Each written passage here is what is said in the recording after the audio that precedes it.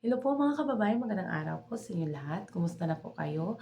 So, yung pag-uusapan natin ngayon is yung mga asungot na bashers na nakakapasok doon sa live ni Inday Krishna kahapon. So kahapon gumawa ng live si Inday Krishna dahil doon sa mga natanggap niyang regalo galing kay Sir Toots at doon sa kanyang followers.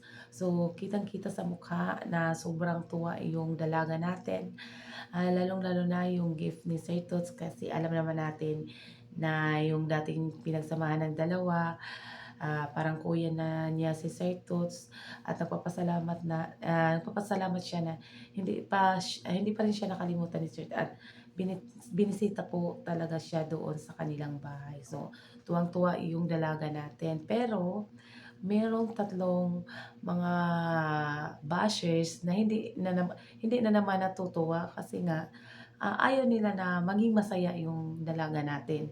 So ito, nagko-comment yung isa na wag daw magmiminaldita si Inday Krishna. Ang galing po talaga niyang magsabi na wag magmiminaldita si Inday Krishna. Bakit nakita mo si Inday Krishna na miminaldita? So kahit anong mga bash na natanggap ni Inday Krishna, wala po kaming narinig na galing sa kanya na nagagalit siya. Pero ito, binaliktad mo, yung sinabi lang naman ni Krishna na ano na kung wala kang ibang masabing maganda, tumahimik na lang po kayo. Yan lang naman yung sinabi ni Inday Krishna. Pero yung pagkaintindi is minaldita na yun. Yung, ang galing mo, binaliktad mo pa yung kamalditahan mo. Bakit ikaw hindi ka maldita? So, yung pagkamaldita mo, binigay mo pa kay Inday Krishna, ang sama nga ng loob, ang sama nga ng ugali mo. Kahit wala namang ginawa yung tao sa'yo, gumawa ka pa ng comment doon na hindi magandang. Wow, perfect ka agad. Perfect ka talaga, te. So, sabihan mo pa si Inday Krishna na ano, maldita. O di, sinong maldita sa inyo ngayon? Ikaw yung maldita kasi pakialamera ka. Walang ginawa yung babae namin, huwag na natin sabihin yung bata kasi daming nagagalit kasi hindi daw bata si ni Krishna. Bakit sinabi nung na huwag magmiminaldita, hahayaan lang ni Krishna na pagsasabihan siya ng hindi maganda. So, sinagot niya na lang naggumawa lang naman siya ng ano doon na kung wala kang magawa, wala kang masabi na ano hindi maganda o tumahimik ka o ito, ah, sa pagkakaintindi mo maldita ay kulang pa yan, hindi yan ang totoong maldita. Kung kung maldita lang ang hanap mo, ay maghintay ka, lalabas din yan 'pag hindi kayo titigil, lalabas yung kamalditahan ni Inday Krishna 'pag hindi talaga kayo titigil. Pero ito lang ang ko masasabi sa'yo na ikaw yung maldita, hindi si Inday Krishna. Malditang pakialamera na walang magawa sa buhay. Ang kapal din naman ng mukha nung magsabi na maldita si Inday Krishna. Wow, na perfect ka, ma'am. Perfect na perfect ka po talaga, ma'am. Baka ikaw po yung maldita na babae. So, ito din po yung isa. Sinabi niya po, in-screenshot ko dito kasi para hindi ko makalimutan ito yung isa. Dahil PB na-discover ka at napasikat kanya, madami ka na agad followers. Sana lang marunong kang tumanaw ng utang na loob, di parang malaki na ang ulo. Kaya di ka man lang nagsorry kay PB sa mga paninira mo sa kanya. Ang galing din naman tong babaeng 'to. Bakit? Ano bang ginawa na paninira ni Krishna kay Sir Paul? Wow! 'Pag ikaw magsabi parang ang galing-galing mo mag-ano ng kuwento. Parang alam na alam mo yung kuwento kung, ano yung mga ginawa ni Inday Krishna. Bakit nasabi mo na walang utang na loob si Inday Krishna? Yung pasasalamat lang ni Inday Krishna abot langit po, sinabi niya hindi po niya makakalimutan yung mga tulong ni Sir Paul. Yung papasalamat niya, inulit-ulit po niya. Sorry po, may lamok. Inuulit-ulit niya yung mga pasasalamat niya doon kay Sir Paul. Kasi totoo naman, hindi siya makikilala at hindi siya magkakaroon ng maraming followers kung hindi dahil kay Sir Paul.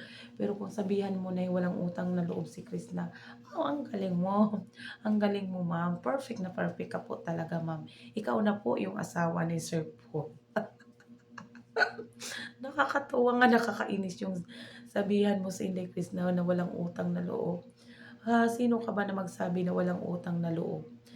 Kasi hindi mo nga alam kung paano, paano o nagpapasalamat si Inday Krishna sa kanya kasi hindi ka nanonood ng mga vlog ni Inday Krishna, hindi mo napapanood.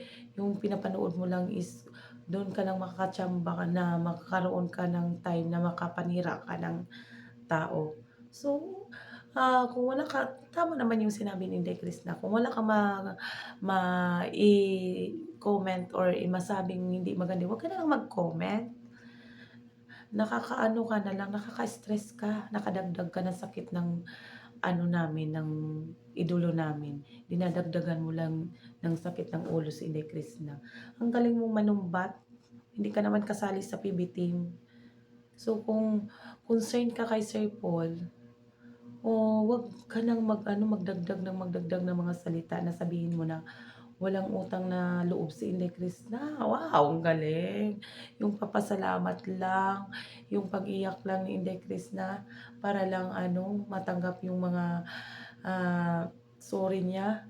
So yan ba yung sinasabi mo na walang utang na loob? Sa mga vlog ni Inday Krishna, nagpapasalamat po talaga siya kay Sir Paul. Hindi niya po puwedeng hindi makalimutan si Sir Paul kasi, walang peking Koreana kung wala si Sir Paul. Tandaan mo 'yan, ma'am. Hanggang nabubuhay si Inday Krishna daw, hindi siya magsasawang, magpapasalamat kay Sir Paul. Tapos ngayon sabihan mo, nakita mo lang na umaangat si Inday Krishna, gusto mo pupuntahan ni Krishna doon si Sir Paul at sabihin ano, ikuwento niya sa social media kung ano yung pinagsabihan napag-usapan nila. 'Di ba po dati sinabi ni Sir Paul na okey na po sila ni Krishna, nakapag-chat na yung dalaga kung ano yung mga kung kailangan niya ng advice tungkol sa pagba-vlog, tinatanong niya si Sir Paul. Tapos ngayon, ang galing, galing nitong anong babaeng 'to, kakaasar. Isa ka rin sa malalang mga bashers ni Inday Krishna na walang masabi kundi panira na lang man ng panira. Ang ganda ng mga comment doon ng mga ano, ng mga supporters ni Inday Krishna tapos wala kang ano na pumasok doon. Sa live pa talaga niya. Wala ka talagang utang, wala ka, hindi walang utang na loob, wala ka talagang hiya. Kapal ng mukha mo. Yan lang po masasabi ko sa'yo. Huwag mong baliktarin si Inday Krishna. Yung isa nagsabi na maldita, ikaw yung maldita. Yung ano, yung kainggitera mo, yung ano mo, yung mga comment mo na hindi ano, ikaw yung malditang maldita. Binaliktad mo pa yung babae. Kaps ng mukha mo, day. Napagsabihan yung isa namin, ikaw yung malditang palaka na wala namang ginawa sa'yo sa Inday Krishna pero ang galing mong mag-comment doon. Kitang-kita mo naman lahat ng mga mga comment doon is magaganda tapos sumusulpot ka na parang kabuting na ah, maglagay lang ng comment na ganoon. Sus, naku po sa inyo, tumahimik na lang po kayo, tanggapin niyo na po.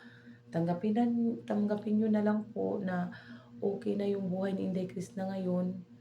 Ma'am, kahit may pinagdadaanan si Inday Krishna ngayon, pero hindi yan susuko. Kahit anong mangyari, lalaban yan para sa kanyang pamilya. Kahit kayo mga bashers kayo, walang pakialam si Inday Krishna sa inyo. Mainggit lang kayo ng mainggit. So, kung ako sa inyo, tumahimik na lang kayo kasi kahit anong gawin niyo, ayan na, nakapisto na yung babae namin. Dami na po niyang mga followers na nagmamahal sa kanya. Kung ayaw niyo sa kanya, di tumahimik ka. Huwag ka nang dumagdag sa mga problema ni Inday Krishna. Ito pa yung inaalala niya yung katawan niya. Ayan pa kayo. Walang mga awa. So, yung mga maldita dyan, yung mga kay Alamira, tumahimik kayo. Kasi hindi kayo kailangan sa buhay ni Inday Krishna. Dagdag pasakit lang kayo, mga ano kayo. So, yan lamang po. Magandang araw po sa inyong lahat.